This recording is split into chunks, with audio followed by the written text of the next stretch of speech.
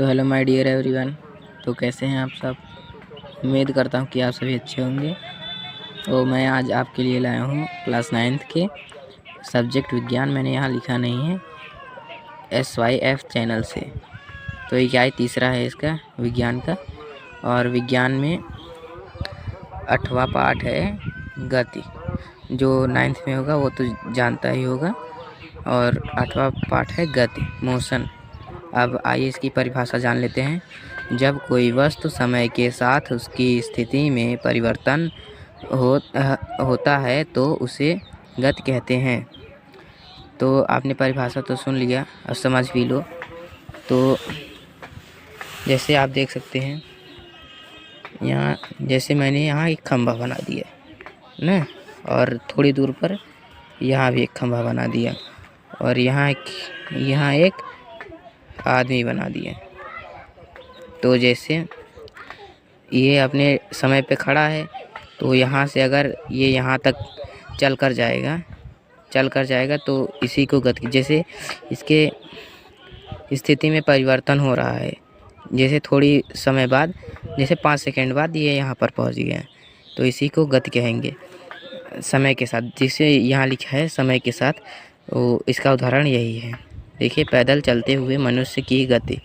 जैसे कोई मनुष्य है, वो समय के साथ अपने स्थिति में परिवर्तन करता है, तो इसी को गति कहते हैं। गति को समझ लिया। अब गति की अवस्थाएं देख ले। गति की 2 अवस्थाएं होती हैं। पहली विरामावस्था, दूसरी गति की अवस्था। अब विरामावस्था देख लीजिए।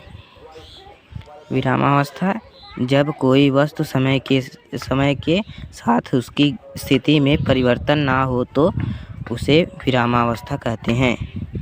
अब इसका उदाहरण देख लीजिए। पेड़ पौधे, घर, मेज, कुर्सी आदि, जो भी आप समझे।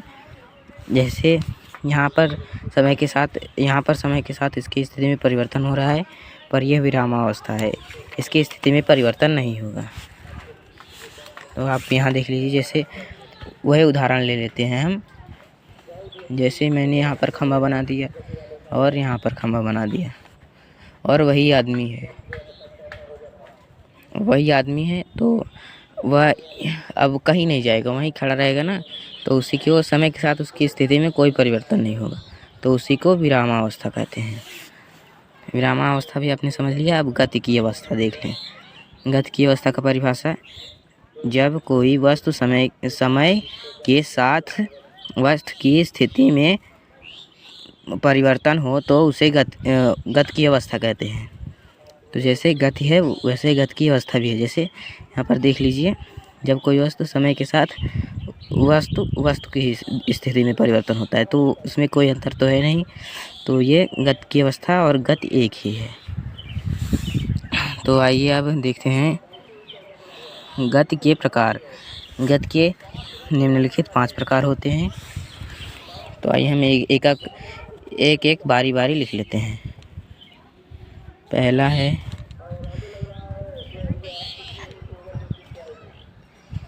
सरल रेखा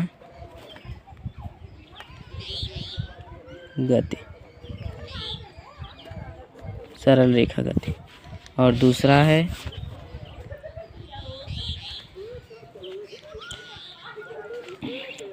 घूर्णन गति।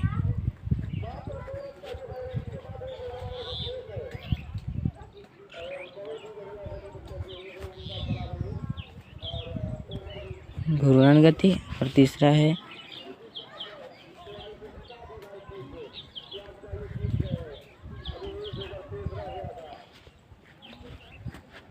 अनियमित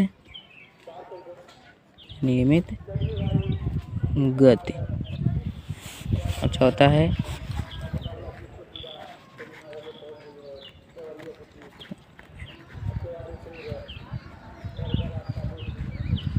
दोलन गति।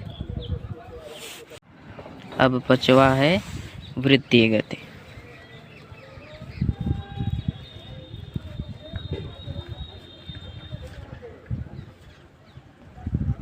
वृत्तिगत। अब हम बारी बारी से आपको सभी समझाएंगे। तो पहला हम देख लेते हैं सरल रेखा गति। तो अब आप इसका परिभाषा लिख लीजिए। जब कोई वस्तु एक सरल रेखा में ही मार्ग पर या एक ही दिशा में गति करती है तो उसे सरल रेखीय गति कहते हैं। अब इसका उदाहरण है पेड़ से गिरता हुआ फल, सीधी पटरी पर रेलवे ट्रेन की गति आदि। जैसे कोई वस्तु या वाहन कोई भी है वो सीधी रेखा में ही चली जा रही है, इसी को सरल रेखीय गति का उदाहरण या सरल रेखीय गति कहते हैं।